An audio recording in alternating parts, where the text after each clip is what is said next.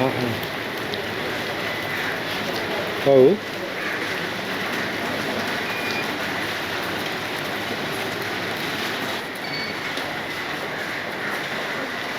Civil ක්‍රියාකාරිකයන් රාශියක් සමග අපි ආවා ගල්ලංගුරු ප්‍රසම්පාදනය සම්බන්ධයෙන් ජනාධිපති කමිෂන් සභාවට අපේ පැමිණිල්ල බාර දෙන්න. මම හිතන්නේ විශේෂයෙන් කියන්න ඕනේ මේ පැමිණිල්ල බාර දෙන මොහොතේ පහුගිය දවස්වල ගල්ලංගුරු වංචාව අරහෙම වුණා මෙහෙම වුණා කියලා බොහෝ දෙනෙක් කෑ ගැහුවා. අපි මේ බාර දෙන හතරවෙනි පැමිණිල්ල. එතකොට 100ක් 200ක් විතර එළිය කෑ ගැහුවට ඒගොල්ලෝ ගාව සාක්ෂි නැහැ, දත්ත නැහැ, සාධක නැහැ මේ සම්බන්ධයෙන් පැමිණිල්ලක්වත් මේ කොමිසමට ඉදිරිපත් කරන්න. සිවිල් ක්‍රියාකාරිකයන් විදිහට අපි ගාව තියෙන සාක්ෂි මත පදනම් වෙලා අපි අද දවසේදී මේ පැමිණිල්ල ඉදිරිපත් කරනවා. මේ පැමිණිල්ල ඉදිරිපත් කරන්න මූලිකම හේතුව තමයි හෙට දවසේදී මීළඟ වර්ෂය සඳහා ගල්ලංගුරු ප්‍රසම්පාදනය සිද්ධ වෙනවා. ලක්ෂ 25ක් මෙට්‍රික් ටන් ලක්ෂ 25ක් ලබා ගැනීම සඳහා තමයි මේ ප්‍රසම්පාදනය සිද්ධ වෙන්නේ. එතකොට මේ ප්‍රසම්පාදනයට ඉදිරිපත් වෙලා තියෙන ඒ සමාගම් අතරින් පැහැදිලිව චෝදනා එල්ල වෙලා තියෙන සමාගමක් තියෙනවා. මේ සමාගම තරංජෝට් කියන සමාගම මේ සමාගමට එල්ල වෙලා තියෙන චෝදනා සම්බන්ධයෙන් 2026 අප්‍රේල් 2 වෙනිදා විගණකාධිපතිතුමාගේ මෙන්න මේ විගණන වාර්තාවේ පැහැදිලිවම පෙන්눔 කරලා තියෙනවා. ඔවුන් මේ ප්‍රසම්පාදනය සඳහා සුදුසු නැහැ. මේ ප්‍රසම්පාදනයට ගල්ලංගුරු දහනාගේ 5900ට වඩා වැඩි ඒ සැපිය යුතු ප්‍රමාණය සපයලා නැහැ කියලා මේකේ පැහැදිලිවම පෙන්눔 කරලා තියෙනවා 6.6 තුන්වෙනි ඡේදයේ. එතකොට අපිට තියෙන ගැටලුව තමයි හෙට දවසේදී කොහොමද මේගොල්ලෝ මේ ප්‍රසම්පාදනයට ඉදිරිපත් වෙන්නේ කියලා. ඒ වගේම තමයි ප්‍රසම්පාදන නීතියක් තියෙනවා.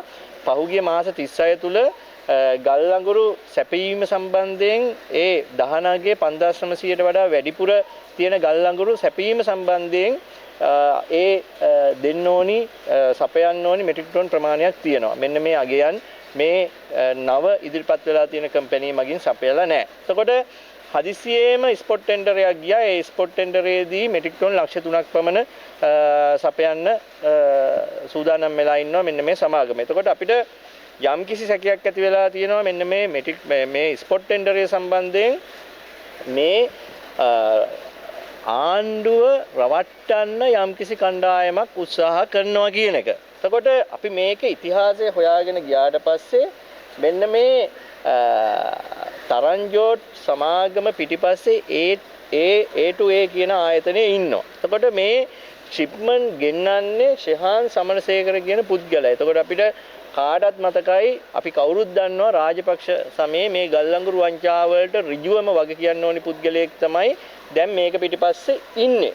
එතකොට ඒ වගේම තමයි නාමල් හේවගේ කියන ප්‍රධාන විධායක නිලධාරීවරයා උත්සාහ කළා තියෙනවා මෙන්න මේ විදිහට බ්ලැක් ලිස්ටඩ් වෙච්ච සමාගමකට මේ ඉදිරි වර්ෂයේ ප්‍රසම්පාදන කටයුතු ලබා දෙන්න. අපි ගාව තියෙනවා විස්තර. මේ පැමිණිල්ලේදීත් අපි මේ විස්තර ටික දාලා තියෙනවා. ඉන්දියාවේ NTPC සහ NSPCL කියන ආයතනවල බ්ලැක් ලිස්ටඩ් වෙච්ච සමාගමක් තමයි මේ තරංජෝට් කියන සමාගම. ඒ වගේම ඉන්දුනීසියාවේද බ්ලැක් ලිස්ට් වෙලා තියෙනවා. ගල්ලංගුරු සැපීම සම්බන්ධයෙන් කළු අතීතයක් තමයි මෙන්න මේ සමාගමට තියෙන්නේ. ඉතින් මේ සම්බන්ධයෙන් අපි පැහැදිලිවම මේ අද දවසේදී අපි පැමිණිල්ල යොමු කරනවා. ඉදිරි වර්ෂය සඳහා ප්‍රසම්පාදනයේ ගැටලුවකින් තොරව මේක කරගෙන යන්න ඕනි.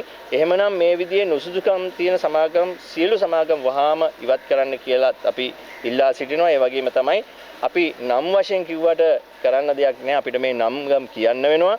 මොකද මේක ගල්ලංගුරු සංස්ථාවේ ගල්ලංගුරු සමාගමේ සභාපතිවරයා තමයි ඔහුගේ සාමාන්‍ය අධිකාරියවරයා වෙච්ච නාමල් හේවගේට දුරකථන ඇමතුමක් ලබා දීලා කියනවා ධම්මික මහත්තයව මේකෙන් බේරන්න ඕනි. ධම්මික මහත්තයාට මේ ටෙන්ඩරේ දෙන්න ඕනි කියලා. එතකොට ධම්මික කියන්නේ කවුද?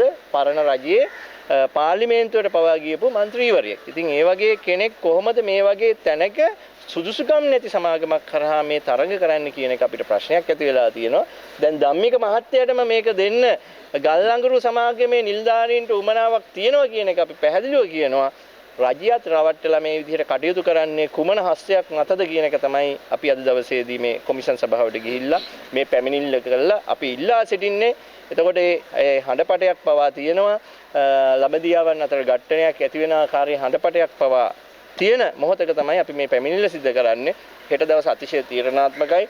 සුදුසුකම් නැති බ්ලැක් ලිස්ටඩ් වෙච්චි ඒ වගේම මේ 5900 අගයෙන් ගල්ලංගුරු ඒ අවශ්‍ය රික්වයර්මන්ට් එකට ටෙන්ඩර් පටිපාටියේ ප්‍රසම්පාදනයේ අවශ්‍ය ඒ දේවල් වලට නැති සමාගමක් ඉදිරිපත් වෙලා තියෙනවා නම් ටෙන්ඩර් කමිටිය වග කියන්න ඕනි මෙවැනි සමාගමකට අවස්ථාව ලබා දුන්න ඉතින් අපි ටෙන්ඩර් සමාගමටත් කරුණාකරලා කියනවා හෙට දවසේදී නිවැරදි තීරණය ගන්න.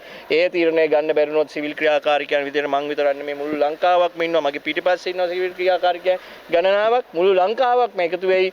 ඉදිරියේදී ප්‍රසම්පාදනයේ ගැටලු ඇති නොවෙන්නට අපි අවධානයෙන් ඉන්නවා කියන එකත් මේ මොහොතේ කියා සිටිනවා. ඒ කියන්නේ දැන් ඔබතුමා කියන්නේ රජයයි ධම්මික පෙරේරායි අතර ලැබෙදියාවක් තියෙනවා කියලා?